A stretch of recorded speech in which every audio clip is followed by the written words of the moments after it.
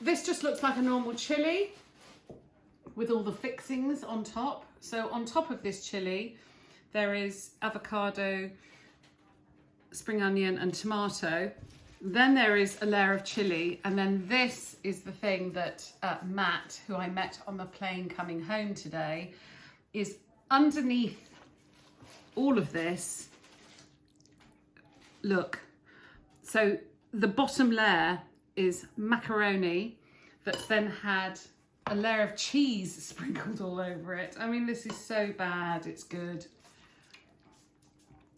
I have seen recipes for a chili macaroni, but not prepared like this, where there is a layer of, you can see it, the macaroni, and then he said you put the cheese over the macaroni and the cheese melts in, and then you put the meat on top.